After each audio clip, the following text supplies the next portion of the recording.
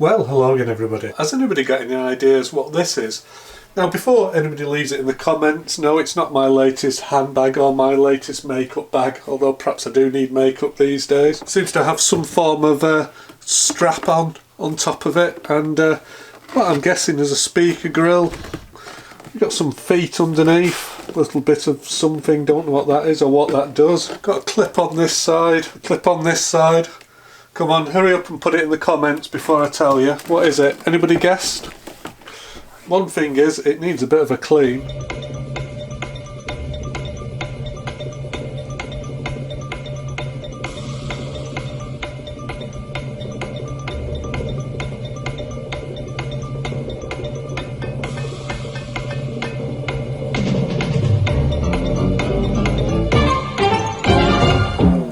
Okay, let me take the lid off it because all will be revealed.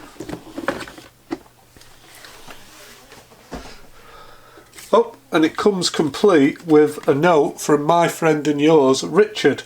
It says, vintage transistor record player. Turntable works but no sound.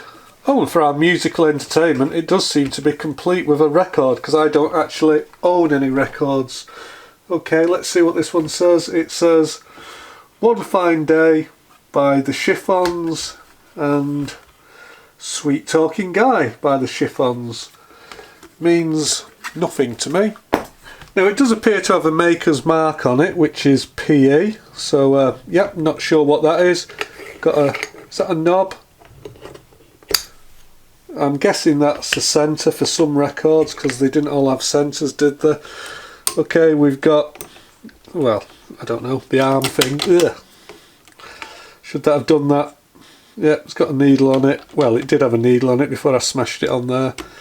Oh, it's got all the speeds. We've got 16, 45, 33 and 78s. I don't think I remember 16. I wonder what... Oh dear, bits falling off. Now, as I said, I don't really know very much about this. In fact, I know nothing about it. It's got the words PE on it. I don't even know who that is. Looks like we've got a headphone socket there. Got a switch. Yeah, I know nothing about audio. Actually, I don't even own a single record and I don't own any music because I don't listen to music. I have no interest in it. I wonder how we know which way those batteries actually go. Does it matter?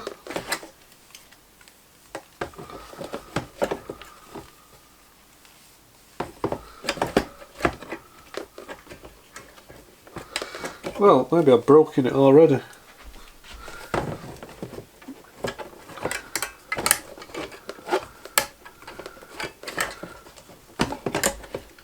It seems like some kind of Mensa intelligence test, and one that I've failed already.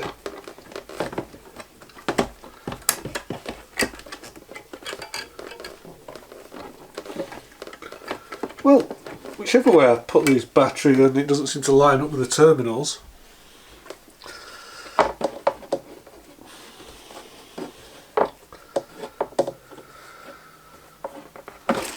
There's going to be a circuit board under here. Well, as my friend Richard quite rightly said, it is some kind of wretched transistor looking affair.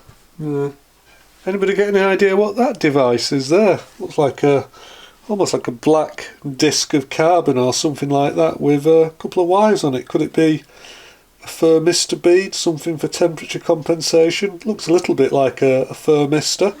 So I'm guessing that probably all the capacitors will be bad and need changing.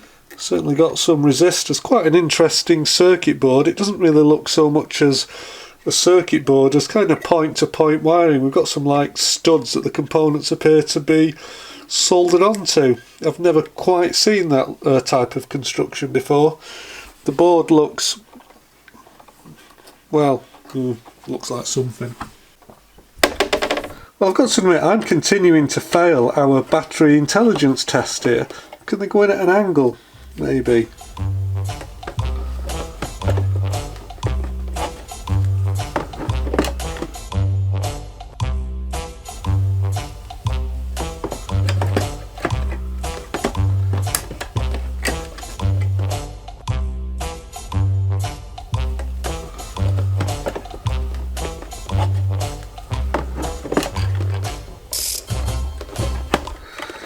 whatever I do with this battery, the terminals don't go anywhere near where they should go.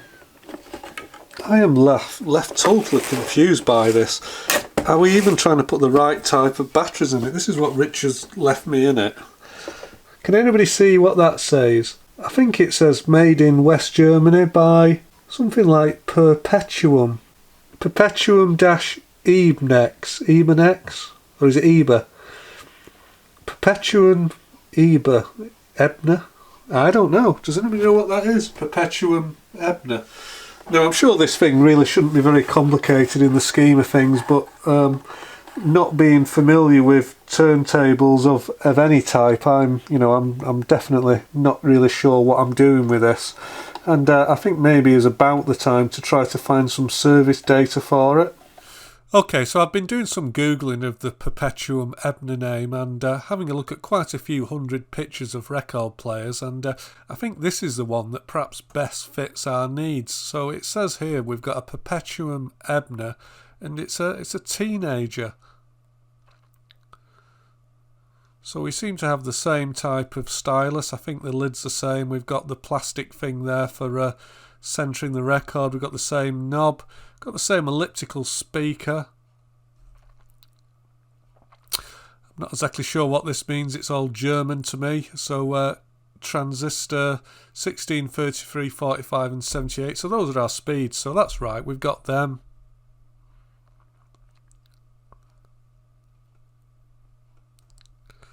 So it says it's a very rare 1950s record player turntable with a transistor amplifier with the Genius PE20 high-fidelity ceramic cartridges. Well, so at least we know what we're looking for there. So what is a PE20? Is that the ceramic cartridge? Can we Google that?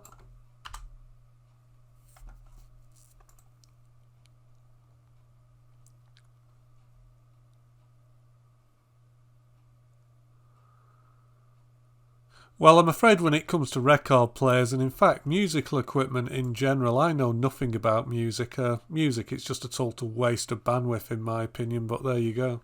Okay, so if we do a search for a PE teenager, what's going to come up? It could really be anything, couldn't it?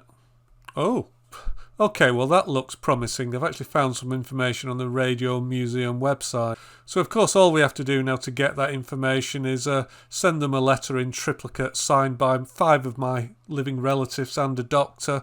Probably send them money, do a little dance outside, and I probably can't get it anyway because we've left the EU. So it looks like we have found some information. So it looks like it's 5 transistors. I don't really do transistors, so I don't really know what any of these are. OC304s, GFT21s, OC304s again. What else have we got? Audio-Amplification, record player, dry batteries 2 times 6 volts. Yeah, that'd be about right. Permanent, magnet, dynamic, whatevers. Power output 1 watt. It's a PE teenager. Leather case, portable set, 8-inch, something or other. Manufacturing dates there. Is that 1960 to 61? Okay, so we know a little bit more than where we started. Let's go ahead and see if we can download these circuit diagrams and figure out how the batteries are connected. Now interestingly, it does seem that one of the batteries here is used to actually just run the motor from what I can tell, whereas the other battery just runs the amplifier. I kind of assumed that they were going to double these batteries up to use like a 12 volt circuit to run the amp board, you know, have like positive and negative and a centre tap, but it appears that they don't do it like that. Well, I'd be the first to admit I really know nothing about record players, and sometimes I do say that, but this time I really mean it. I think I've only ever repaired one other record deck, and that was another one for Richard. So I'm not really familiar with it, so yeah, it's all a bit of a puzzler. But I think unless I can actually get power, unless I can do something with these battery terminals, well, we're not going to get anywhere because the battery terminals don't line up with these tabs here. They're out by a country mile. Now obviously this battery plate here has actually kind of deformed over the years. It's been bent in, but even if I was to bend it back, it wouldn't move the battery tab to where I wanted it to be. So I think I've got to try to extend the tab. That's what I think I need to do anyway. So I was trying to look where the battery terminal's resting, and I think the terminal is actually resting around here somewhere. So it's you know, it's actually not making contact with the with that plate there. So what I've done so far is I've literally just got a drawing pin and I've pushed it through this stiff cardboard and I've put it on the very edge of the old brass terminal strip that went on against the battery, and I've also soldered a wire onto the other side and soldered it onto this strip at the back here. So my actual battery terminal now, well, one of the battery terminals sits right in the middle of the drawing pin and the other one sits here, so that's how far it is out. Now, looking at the piece of cardboard that the brass terminal strips are mounted on, you can see that it is actually quite badly bent, but I think even if it was pushed straight, it still wouldn't actually put the terminals where we want them to be. Okay, finally we have 6 volts. So this battery suffers from exactly the same problem, just a general lack of wanting to be anywhere near where the terminals should be. So again, I am rather perplexed at why they don't line up, these terminals. So we're going to have to do the same mod on here.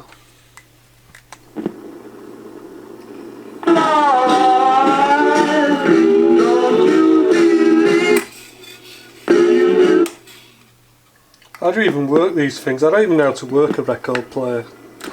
Should that start it when I pull the arm up? Do I lift it up? Do I push it down? How do you work a record player? I have no idea. Surely it should be running when I put that on there.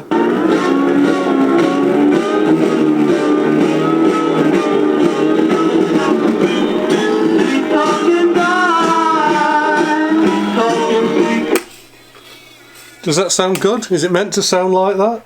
I really can't tell. Surely it should run longer than that. Do you pull these over here to start? Do I do something with the arm?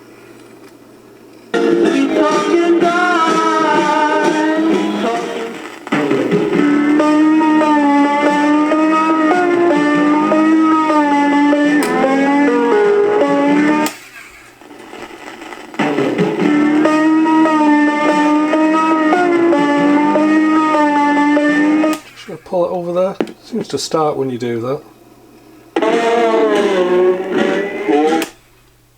Doesn't seem to like this side. So it's about an hour later now, and I've actually spent that time fumbling around with some of the mechanical gubbins inside here. Now there is actually various pivot points which well, do something or other, and they were covered in really quite horrible congealed kind of oil and grease and dirt. It was actually very, very dirty inside here, and I've cleaned it out somewhat. I think this motor uses what I would call a foam suspension system, in that we've got a metal can here, but that metal can has got a motor in the centre of it, and between the centralised motor and the outer can you've got some foam rubber, and the foam rubber has actually just turned almost to like literally powder, and that powder is spread out all over the inside of here, and that powder has got stuck to all the linkage and the old oil on the linkages, and everything had basically just stiffened up. So what I did was, rightly or wrongly, I gave everything a really good squirt with WD-40, and I washed out all the old linkages and then dried them off as best as I could. And then I just got some very, very light lubricating oil, and I went ahead and everything that was lubricated before has been lubricated again.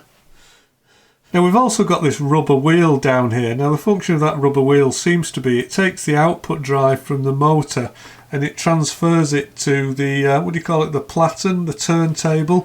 So the way that the speed control works is this rubber wheel actually moves up and down vertically, and it actually aligns with various steps on that shaft. So if you want the turntable to run slowly, I think it's on the smallest diameter of the motor shaft on the stepping, but if you actually want it to run faster, the actual rubber wheel here moves vertically upwards, and it goes onto a wider diameter of the motor output shaft. So that's effectively how we change the gearing for the speed control, and I kind of worked that out because a number of steps on the motor shaft seems to coincide with the actual RPM selector control on the record player. So when I was taking a look at the circuit diagram for our record player, I did notice that this motor does seem to employ some kind of speed control, some type of governor. Now I'm not exactly sure how it operates, so it looks like in normal usage, if you like, the actual motor is being fed from the 6-volt battery via a 100 ohm resistor, but this resistor is actually being shunted by a PNP transistor here, and the base of that PNP transistor, I think it's being connected with some form of switch that's inside this motor here. Not exactly sure how the switch works. Maybe it's some form of a centrifugal affair, but maybe when this motor is actually being detected as running slow, what happens is I think it maybe puts some power onto the base of the transistor here, which actually effectively shorts out this 100 ohms and makes it run a bit quicker. I think maybe something like that. Just as I touched that motor, I could see that some of this more foam rubber here is just turning to dust. So this will really be a problem. In a perfect world, what you would probably do is you'd have to take this motor out and remove all the foam from it and then try and restuff it with some new foam. I'm not going to do that. That's the sort of job that my friend Richard would probably like to do himself, or basically, yeah, he can do it himself if he wants to do it, because it'll be quite a horrible dirty job and everything will get filthy as all this foam turns into powder. But if you were planning on doing a really good restore on that, you would have to restuff this motor. It's quite a common problem. You find this happens a lot on things like tape decks as well. Well, I'm hoping that after I cleaned and re-lubricated all these linkages, I also went ahead and put a little bit of fresh lube in the centre bearing of the turntable. I'm hoping that the speed control, it might just run a little bit better, because it seemed to be accelerating and slowing down, and I also need to see if it just keeps stopping like it did before. Now there must be some form of electromechanical switch buried inside here, which actually auto stops the record player.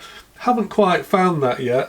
It's a bit, I wouldn't say it's a complicated linkage, but it's actually quite hard to see because the circuit board's in the way. So I haven't actually really managed to identify how that switching works yet. So yeah, maybe if you know a bit more about that and how these things work, you can leave it in the comments, because I'm not really sure.